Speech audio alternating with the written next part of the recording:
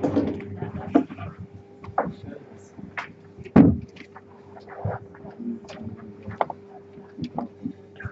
going to start. Thanks for coming. So, just to keep close rapid. As you all know, Team Columbus is coming. Thanks for the logo, Kofa. So it's starting on Monday, 1st of October, running until the 3rd of October for the first round of development. And we will be using the techniques that we've learned from Book Club and also from reading the Lean Startup book. So, since my last presentation, we've completed 3 more chapters of the book. But instead of going through each chapter on a separate slide like I did last time, we had a lot to cover last time, I've chosen to use just one takeaway point from each chapter. So, chapter 6 is titled Test. And the key point I've chosen is remove any feature, process, or effort that does not contribute directly to the learning that you seek. Chapter 7, Measure. Set clear objectives that can prove or disprove your success. And Chapter 8, Pivot or Persevere. Use your measurements to decide whether to stop, change direction, or carry on. So to build on this, I'd like to use an example to explain why Team Columbus is different. At iPipeline, we typically follow this approach. A piece of work has a number of features. Those features are estimated in a number of TSDs. The project is gated and approved. A team is allocated. The team works for that allocation of time, and then the work is completed, we go live, and the team move on to the next piece of work.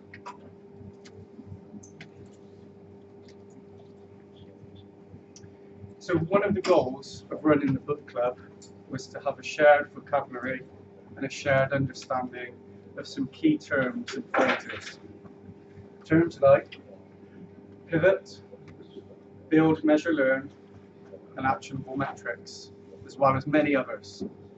But arguably, one of the most important terms being the term MVP. So I'd like to do a short game, running through the hackathon ideas. I'm going to hold up a piece of paper for each hackathon idea that we worked on, and I'd like just a quick show of hands for whether you feel it was MVP or not.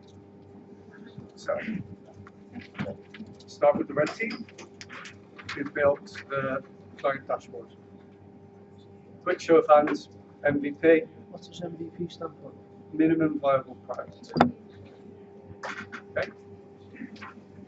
Probably about 10 or so there. White team. Fixing related products to show side-by-side protection products. Okay, similar numbers. Green team, provider selection. Probably a few more there. And finally, the blue team, service area updates. Okay. So in terms of the Lean Startup, none of those ideas were MVP. They did not complete a build, measure, learn feedback loop, and they arguably didn't remove any feature, process, or effort that does not contribute directly to the learning you seek. As per a typical iPipeline project, a team was allocated, given a fixed period of time, and the teams filled that time with as much functionality as possible. Not necessarily the minimum. However, in order to get to MVP, we need to strip back to the absolute bare minimum that still allows us to learn the information we seek. Eric Ries, the author of the book, has referred to this as finding the minimum viable product. And like all entrepreneurs, visionaries, salespeople, designers, what you think should be MVP is generally always too big. So a formula he recommends is to take what you think MVP is and cut it in half. Then in half again, and again. Now I know this might feel wrong. We may be convinced that those 7 features that I've just stripped away are absolutely essential, and in some cases we may well be right. But if customers identify these missing features, we're able to turn around to them and say, good point, put them on a roadmap and build them. I think this is powerful user engagement. And also, we may be surprised, what if 4 of those features they don't mention, they don't care about? What if they turn around and say they identify a feature that we hadn't even thought about up front? So, no matter how large or small a project may be, from a single day in a hackathon to a 3-month project, I firmly believe that we can deliver less functionality but to greater effect. What if nobody really wants related products alongside protection products? Or what if advisors don't care about seeing service availability information? So in last week's book club, we undertook an exercise to discuss how Team Columbus would approach building the service availability functionality using the Lean Startup model. But what is the Lean Startup model? So it's a scientific approach to carrying out a piece of work aimed to minimize waste. And as with every scientific experiment, it starts with a hypothesis. From this hypothesis, clear assumptions and metrics are formed. The first MVP is defined. Possible iterations and possible pivots are thought about. And this is precisely what we set out last week. So we used the service availability as an example, and our hypothesis was, we believe that showing service availability information to our advisors will achieve a reduction in calls to the help desk on service availability, improved customer satisfaction, and improved customer productivity. We will know when we are successful when we see a reduction in calls to the help desk by X%, increased visits to the service availability page, and an improved NPS score.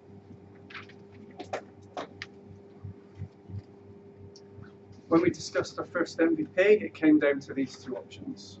So the first one, building a static page, manually updated with a button from Solution Builder, or putting a button in Solution Builder to allow a user to register an interest and see that functionality. Both were very good options for potential MVPs. However, we were able to look back at the assumptions that we defined up front, one of which was, we believe that advisors want this information available to them. And from there, it was clear, if we removed any feature, process, or effort that does not contribute directly to the learning we seek, it came to option 2, having a button in Solution Builder to just simply register an interest.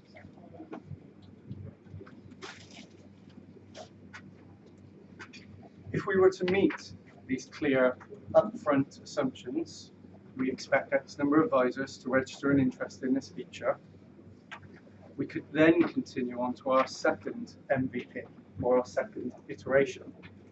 And this could then very well be building a static page, or whatever we feel is necessary. Each iteration is a learning milestone, an opportunity to stop, change direction, pivot, or carry on, persevere. And the decision to go one way or the other would be based on data, measurements formed from our clear upfront assumptions. So in summary, Team Columbus is a new vehicle for delivering functionality. But it isn't a vehicle for only delivering urgent changes. It isn't a vehicle for only delivering small changes. It isn't a vehicle for delivering only big changes, and it isn't a vehicle for only delivering UI UX changes. It is simply a vehicle to deliver changes that fit the lean startup model. Any questions?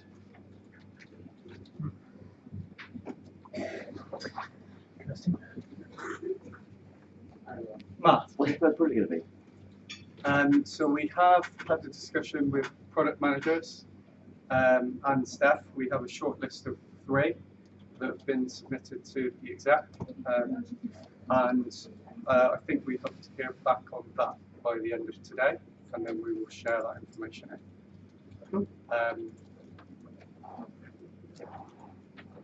Who's going to be on the first team? So the first team will be made up of Charlotte as the product manager, Fletch from Ops. Test resource hasn't been confirmed yet because Rachel's been off last week and she's not ill today, but that's out of Mohammed and Gosha.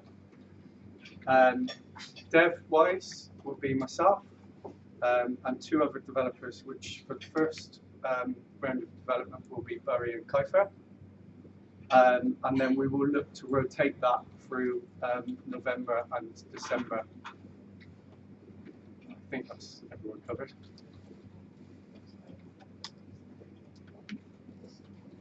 Zoe. How do we plan on learning? Could you elaborate on that a little bit? Or if you do something in day 1, how do you plan to learn if it was successful or not? So we, following that same approach, we would be defining what we want to learn up front, and we look to prove or disprove those assumptions as fast as possible. So yeah, this is at the core of the way Team Columbus will work. Secondly, from Zoe, how do you plan on measuring? That will all depend on the idea, but it will be a mixture of recording information, maybe in Google Analytics, it might be MI stats, it could be that we need to write data somewhere else, just so that we can pull it back. In terms of sharing that information, the book describes using a 1-page report card that is visible to everybody.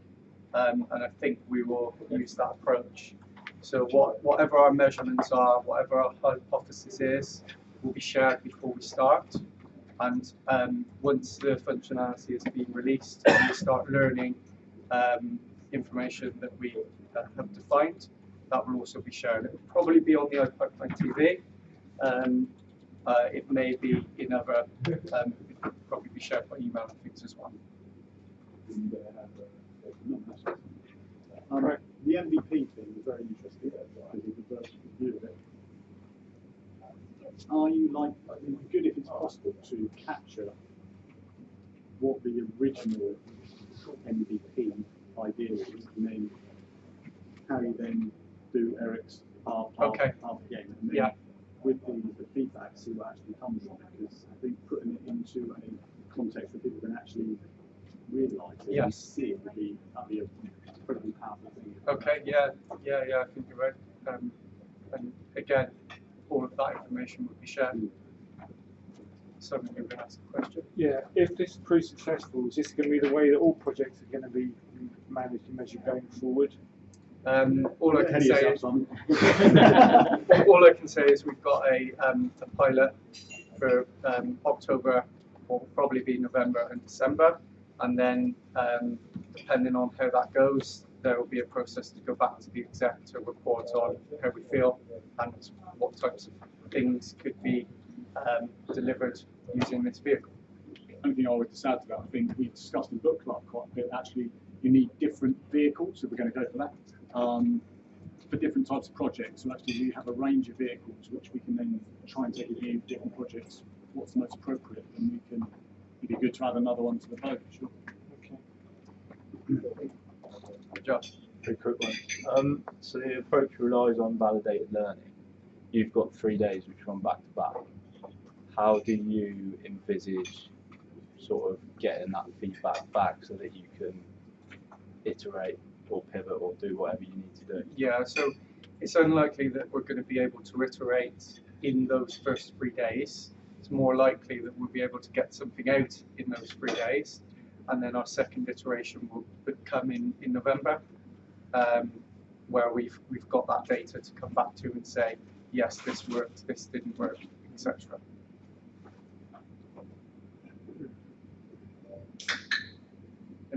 Go on, Owen. You talk about MVP. So if we deliver something using this methodology, what's the sort of long-term goal for delivering further enhancements to products, etc.? I think that relies on a commitment to being iterative, because some things will be very, very quick to get out initially. You might be able to run even experiments simultaneously. But then by running 10 different experiments all at the same time, it might be that 2 are successful and the other 8 you have to throw away.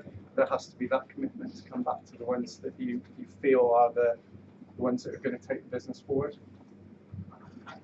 Is there that commitment to run with things?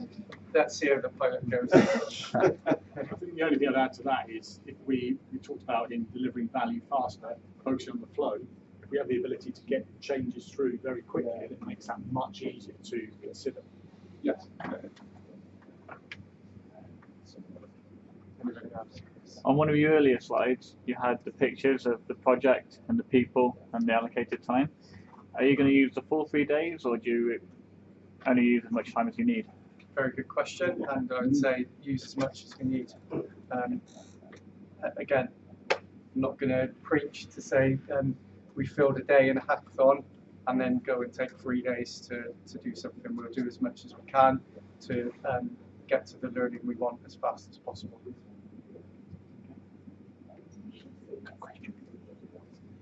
Anything else? Then we're done. Thank you. Thanks, Craig.